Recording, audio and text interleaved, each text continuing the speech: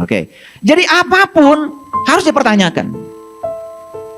Ketika Isaac Newton menemukan hukum gravitasi, dan kemudian hukum dia itu digunakan oleh Kepler dan ahli-ahli fisika yang lain, dan kemudian bisa menghitung berapa hari sih bumi mengitari matahari. Sampai sekarang secara presisi kita tahu kapan gerhana matahari total, kapan gerhana bulan total. Kita bisa menghitung itu gara-gara Newton menemukan hukum gravitasi. Tapi baca pernyataan Newton. Hukum gravitasi hanya bisa menghitung gaya tarik antar planet, antar bintang. Tetapi hukum gravitasi tidak pernah bisa menjelaskan siapa yang menggerakkan semua itu. Ini seorang ilmuwan yang jujur, tidak pernah sombong. Dia menunjukkan keterbatasan hukumnya. Hukum gravitasi bisa menghitung berapa besar gaya tarik menarik antara bumi dengan bulan, berapa besar gaya tarik menarik antara bumi dengan matahari. Bisa dihitung, mudah. Tapi beliau sering mengatakan hukum gravitasi tidak pernah bisa tidak pernah bisa menjawab siapa yang menggerakkan semua itu.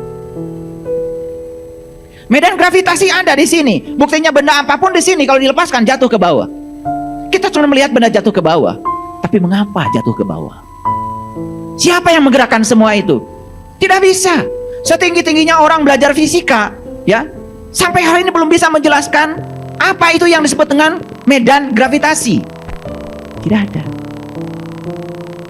Tetapi karena terus dipertanyakan, suatu saat pasti akan ada jawaban untuk orang yang bertanya. Apa sih ruang ini? Apa sih waktu ini? Dan kenapa setiap manusia mengambil kehidupan dari ruang kosong ini? Coba sekarang, sederhana saja. Kalian bernafas dari ruang kosong ini.